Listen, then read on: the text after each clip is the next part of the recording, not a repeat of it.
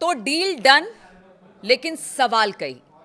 बात आज इसी पर होगी। देखिए, अभी 24 घंटे भी नहीं बीते हैं कि पता ये चल रहा है कि सब अपनी अपनी बातें कह रहे हैं, चाहे वो ईरान हो, अमेरिका हो या फिर इजराइल हो। नमस्कार, मैं हूं नीलू। तो अमेरिका और ईरान के बीच की शांति डील को इजराइल मानेगा या नहीं मानेगा? अब सबसे बड़ा यक्ष प्रश्न यही बनकर खड़ा है। इस डील पर डिजिटल रूप में मुहर लग जाने के बाद इजराइल के प्रधानमंत्री बेंजामिन नेतन्याहू का पहला बयान सामने आ गया। नेतन्याहू ने सोमवार 15 जून को कहा कि ईरान को कभी भी परमाणु हथियार हासिल नहीं करने देना चाहेंगे। चाहे कोई समझौता हो या ना हो, उससे कोई फर्क उन्हें नहीं पड़ता। साथ ही उन्होंने यह भी साफ कर दिया कि उनकी और राष्ट्रपति डोनाल्ड ट्रंप की हर बात पर हमेशा एक जैसी राय हो, ऐसा मुमकिन नहीं है। इजराइल ने अपने हित और अमेरिका के अपने हित, उनकी ये टिप्पणी ऐसे समय में आई है जब अमेरिकी प्रशासन के सीनियर अधिकारियों ने बताया कि अमेरिकी राष्ट्रपति डोनाल्ड ट्रंप, उपराष्ट्रपति जेडी वेंस और ईरान की ओर से संसद के स्पीकर मोहम्मद बाघेर ने समझौता ज्ञापन यानी MOU पर डिजिटल रूप से हस्ताक्षर कर लिया। और इस MOU पर लगभग सभी बड़े इजरायली नेताओं की प्रतिक्रिया आने के कई घंटे बाद प्रधानमंत्री नेतन्याहू और इस पर बात की। और सोमवार की शाम हुई प्रेस कॉन्फ्रेंस में नेतन्याहू ने ट्रंप के साथ मतभेद पर कहा कि ऐसा सबसे अच्छे परिवारों में भी होता है। अब देखिए, बात कर रहे हैं परिवार की, लेकिन परिवार के हर एक सदस्य की बातें एक दूसरे को पसंद नहीं भी आती है। इसके भी संकेत नेतन्याहू ने दिए हैं और बताया जा रहा है कि इस प्रेस कॉन्फ्रेंस के बाद डोनाल्ड ट्रंप की नेतन्याहू से बातचीत हुई और बड़ी हॉट टॉक हुई है। अब ये हॉट टॉक क्या है, कुछ दिन बाद तो समझ में आ जाएगी, लेकिन हॉट टॉक पहले भी हो चुकी थी जब डील हो रही थी। अब डिजिटल हस्ताक्षर हो गए हैं, लेकिन नेतन्याहू ने जो बातें कही उसके बाद ट्रंप काफी गुस्से में जरूर नजर आ रहे हैं। अब एक एक करके बताते हैं कि क्या कुछ प्रेस कॉन्फ्रेंस में कहा गया और नेतन्याहू ने क्या कहा है, जिससे लगता है कि इस रीजन में क्या नेतन्याहू अशांति पैदा कर सकते हैं, क्या इस डील को डिरेल कर सकते हैं। कल से लेकर आज तक यही सवाल उठ रहा है कि ट्रंप और ईरान के बीच तो बातचीत हो गई है, लेकिन जो मंशा लेकर नेतन्याहू लगातार विस्तारवादी नीति के साथ आगे बढ़ रहे हैं लेबनान और तमाम मोर्चों पर, उनके जो सैनिक हैं वो पीछे हटने को तैयार नहीं है। ऐसे में शांति कैसे आएगी? अब ईरान पर हमला बड़ा मुद्दा नहीं है, लेबनान पर बड़ा मुद्दा हमला बनता चला जा रहा है, जिस तरह से हमले इजराइल कर रहा है लेबनान पर। तो अब बात करते हैं नेतन्याहू की और उन्होंने क्या कहा प्रेस कॉन्फ्रेंस के दौरान एक एक करके आपको बताते हैं। तो राष्ट्रपति डोनाल्ड ट्रंप और मैं हर बात पर हमेशा एक जैसी राय नहीं रखते हैं। वो अमेरिका के राष्ट्रपति हैं और मैं इजराइल का प्रधानमंत्री हूं। मैं इजराइल की सुरक्षा से जुड़े हितों के लिए जिम्मेदार हूं और यह काम समझदारी से करना जरूरी है। नेतन्याहू ने कहा कि ईरान को परमाणु हथियार हासिल करने से रोकना उनके पूरे राजनीतिक जीवन का सबसे बड़ा और एकमात्र लक्ष्य रहा है। उन्होंने कहा कि कई दशकों से मैं ईरान के परमाणु हथियार पाने की कोशिशों के खिलाफ लड़ रहा हूं। मैं इसे अपने जीवन का मिशन कह सकता हूं। अब तक मैंने इसे निभाया है और आगे भी निभाता रहूंगा। अब देखिए इससे नेतन्याहू की क्या मंशा जाहिर होती है।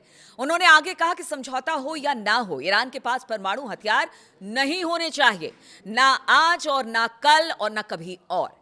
जब तक मैं इजराइल का प्रधानमंत्री हूं ऐसा कभी नहीं होने दूंगा।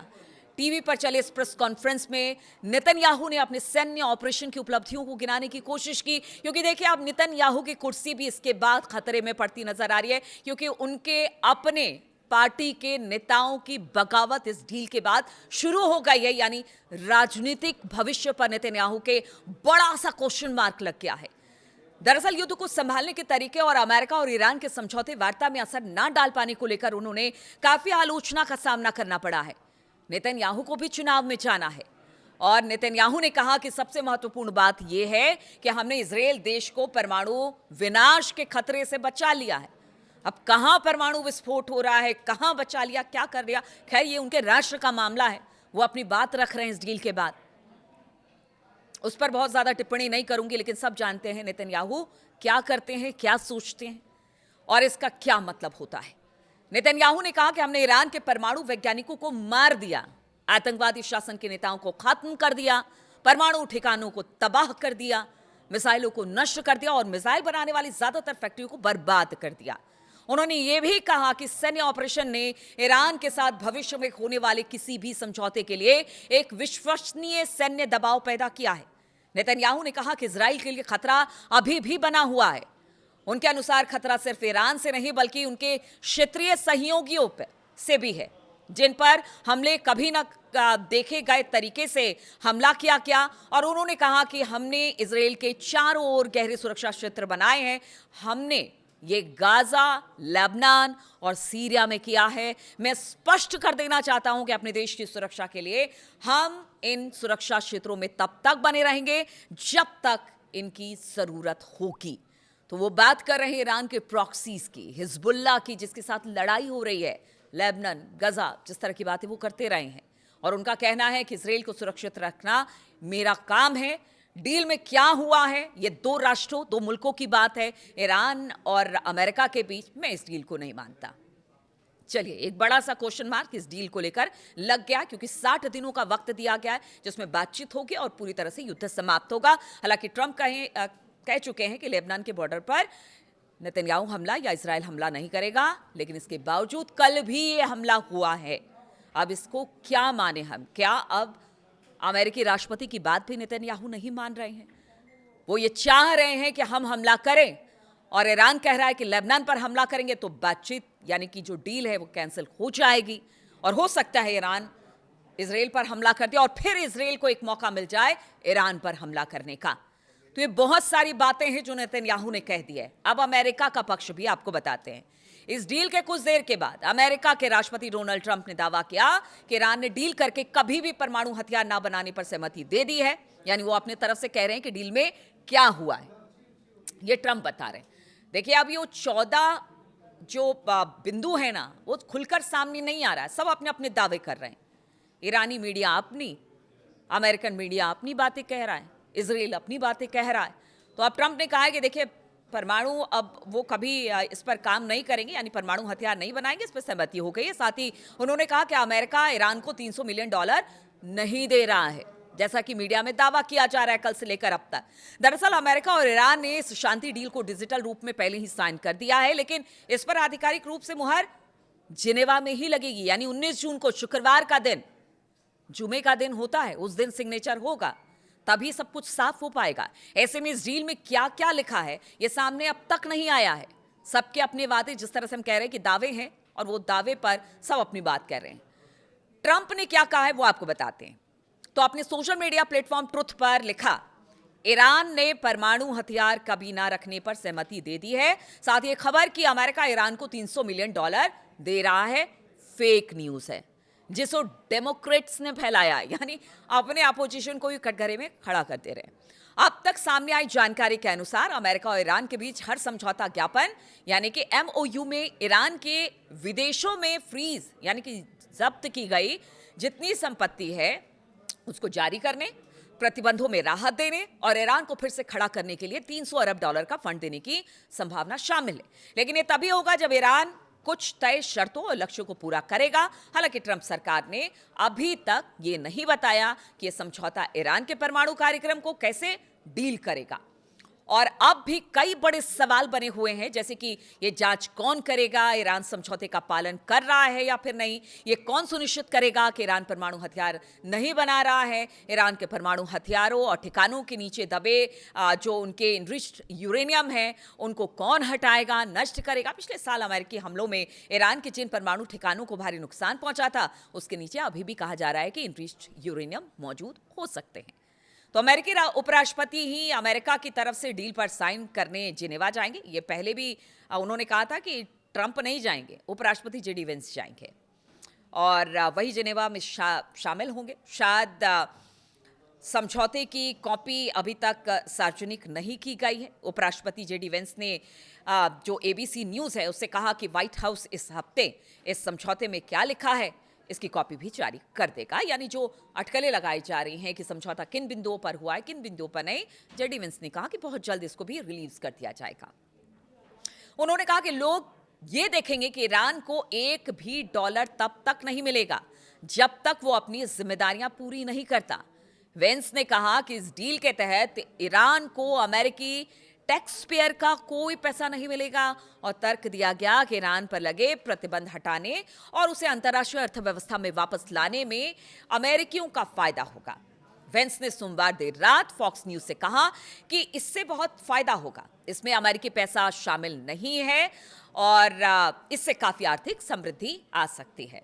तो देखिए, ये था अमेरिका का पक्ष। उन्होंने अपनी बात रख दी, सोशल मीडिया ट्रुथ पर कह दिया कि देखिए भाई, हमने अपनी बातों को आगे रखा है, ईरान हमारी बातों को मान लेगा तो सब ठीक है, वरना यहां पर भी एक बड़ा क्वेश्चन मार्क। तो 2 क्वेश्चन मार्क तो हो गए इस समझौते को लेकर। 60 दिन का, बार बार याद दिला रही हूं, 60 दिन का वक्त है। अब बात कर लेते हैं ईरान की। तो अमेरिकी और ईरान शांति समझौते में, अमेरिका और ईरान शांति समझौते में एक बहुत बड़ा बदलाव आया है। अब ईरान का दावा है कि अमेरिका ने अंतिम सहमति में यह माना कि हॉर्मुज स्ट्रेट से गुजरने वाले जहाजों से टोल वसूल कर सकता है। देखिए, कल तक ये कहा जा रहा था अब कोई टोल नहीं होगा, जैसे पुरानी व्यवस्था थी। हॉर्मुज से तमाम जहाज निकलते थे, किसी तरह से कोई शुल्क यहां नहीं लगता था। और जिस तरह से कल बातचीत हुई, ये कहा गया कि फिर वैसे ही स्थिति हो जाएगी। लेकिन अब ईरान दावा कर रहा है कि नहीं नहीं, अमेरिका मान गया है कि हम टोल वसूलेंगे। हालांकि अमेरिका ने अभी तक ईरान के टोल वसूलने के दावे को पर कोई किसी तरह की कोई प्रतिक्रिया नहीं दी है कि वो सही कह रहा है, नहीं कह रहा है, क्या कह रहा है। चंद घंटे पहले तक अमेरिकी राष्ट्रपति डोनाल्ड ट्रंप हॉर्मुज स्ट्रेट को खोलने और बिना टोल के जहाजों की स्वतंत्र आवाजाही की वकालत करते दिखाई दिए। ट्रंप ने कई मौकों पर कहा कि वो ईरान को हॉर्मुज से गुजरने वाले जहाजों से टोल वसूलने की अनुमति नहीं देंगे। तो यहां पर भी अब बड़ा क्वेश्चन मार्क हो गया है। तो पता नहीं इस 14 बिंदुओं में क्या बातें शामिल हैं, किसको एज है। देखिए, कल भी मैंने ये कहा था कि हार जीत की जहां तक बात है, ठीक है, निगोशिएशन हुए हैं, उन 14 बिंदुओं पर भी सहमति बनी है, लेकिन एज तो यहां फिर भी ईरान को दिख रहा है। क्योंकि कई बातें हैं, अगर ठीक है वो पैसा रिलीज करने, फ्रीज अकाउंट रिलीज करने की बात कर रहे हैं, तो अब से पहले तक बहुत ज्यादा नुकसान ईरान को झेलना पड़ा इन फ्रीज अकाउंट की वजह से। और अगर आप पुनः निर्माण यानी कि रिकंस्ट्रक्शन के लिए भी पैसा देते हैं तो भी एक बड़ा एज है। और अगर टोल वसूलने की इजाजत मिल जाती है तो फिर इससे अच्छी बात तो कोई हो ही नहीं सकती है। इधर इजराइल को लग रहा है कि वो तो खाली हाथ रह गया, उसके पास कुछ भी नहीं रहा। इन दोनों ने डील कर ली, मुझे किनारे कर दिया, अब मेरे देश का होगा क्या। और इधर ट्रंप अपने आप को सर्वोच्च, क्योंकि महाशक्ति तो वो बताते रहे हैं अमेरिका अपने आप को, तो वो हमेशा ऊपर रहने की बात कह रहा है। इसलिए वो ये बताना चाह रहा है, ये दिखाना चाह रहा है कि वो अब भी सबसे ऊपर है। लेकिन इस डील को लेकर संशय अब भी बरकरार है। अब देखिए, शॉर्ट टर्म में तो देखिए उनको, ट्रंप को मिड टर्म चुनाव में जाना, इसलिए लोग कह रहे हैं कि शायद अभी तो फिलहाल सब कुछ ठीक ठीक लगे, लेकिन उसके बाद क्या, लॉन्ग टर्म के लिए क्या वाकई ये जो सहमति बनी है, शांति प्रस्ताव तैयार हुआ है, वो लॉन्ग टर्म में क्या काम करेगा? सवाल सबसे बड़ा यही है। आप इसको लेकर क्या सोचते हैं? अपनी प्रतिक्रिया जरूर दें। तीनों देशों ने अपनी अपनी प्रतिक्रिया तो दे दी है, अब 19 तारीख का इंतजार है। हालांकि उससे पहले जेडी वेंस ने कहा है कि इन 14 बिंदुओं को रिलीज कर दिया जाएगा। उसमें देखना होगा कि एज किसे है, किसने अपनी बात मनवा ली है, कौन आगे बढ़ रहा है, क्या कुछ होगा। इधर नेतन्याहू की जो मंशा है उसे देखकर तो बहुत बड़ा खतरा नजर आ रहा है। तो जरूर अपनी राय दें और ये बताने की कोशिश करें कि आपको ये वीडियो कैसा लगा, आप इसे लेकर क्या सोचते हैं। फिलहाल बहुत बहुत शुक्रिया मेरे साथ इस वीडियो में शामिल होने के लिए।